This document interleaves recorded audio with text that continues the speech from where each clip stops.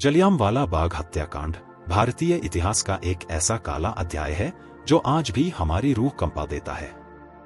13 अप्रैल 1919 को बैसाखी के दिन अमृतसर के जलियांवाला बाग में जनरल डायर के आदेश पर निहत्थे भारतीयों पर गोलियां चलाई गई थी। इस नरसंहार में सैकड़ों लोग मारे गए थे, जिनमें बच्चे भी शामिल थे। यह कहानी उन बच्चों की दास्तां है जिन्होंने जलियांवाला बाग में अपनी जान गंवाई या उस भयानक मंजर को अपनी आंखों से देखा। बैसाखी का त्योहार था, चारों तरफ खुशी का माहौल था। लोग मेले में घूम रहे थे, बच्चे खेल रहे थे और महिलाएं गीत गा रही थीं। जलियांवाला बाग में भी एक मेला लगा था जिसमें दूर दूर से लोग आए थे। बच्चों के लिए यह एक खास दिन था क्योंकि उन्हें खिलौने, मिठाइयां और झूले देखने को मिलते थे। लेकिन इस खुशी के माहौल में एक काला साया मंडरा रहा था। जनरल डायर, जो उस समय पंजाब के गवर्नर थे, को खबर मिली कि जलियांवाला बाग में एक सभा हो रही है। वह इसे गैरकानूनी मानते थे और उन्होंने इसे रोकने का फैसला किया। जनरल डायर अपने सैनिकों के साथ जलियांवाला बाग पहुंचे। उन्होंने बाग के सभी रास्तों को बंद करवा दिया और बिना किसी चेतावनी के गोलियां चलानी शुरू कर दी।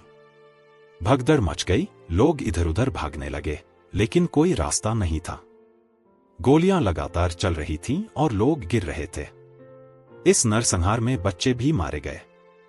कुछ बच्चे अपनी मां के सीने से चिपके हुए थे, कुछ अपने पिता के हाथों में दम तोड़ रहे थे। उनकी चीखें आज भी जलियांवाला बाग की दीवारों से टकराती हैं। जलियांवाला बाग में लाशों का ढेर लग गया। बच्चे, महिलाएं, पुरुष सब गोलियों से छलनी हो गए थे। खून से लथपथ जमीन पर लाशें बिखरी पड़ी थीं। चारों तरफ चीख पुकार मची थी। जलियांवाला बाग हत्याकांड ने पूरे देश को हिलाकर रख दिया। लोगों के दिलों में बदले की आग धधकने लगी। इस नरसंहार ने भारतीय स्वतंत्रता संग्राम को एक नई दिशा दी। आज भी याद आते हैं वो बच्चे।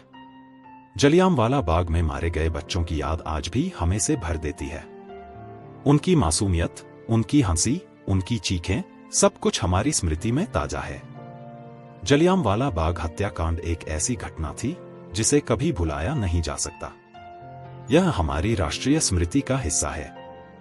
हमें इसे याद रखना चाहिए ताकि भविष्य में ऐसी कोई घटना न हो। हमें उन बच्चों को भी याद रखना चाहिए जिन्होंने इस नरसंहार में अपनी जान गंवाई। उनकी कुर्बानी को हमेशा याद रखा जाएगा।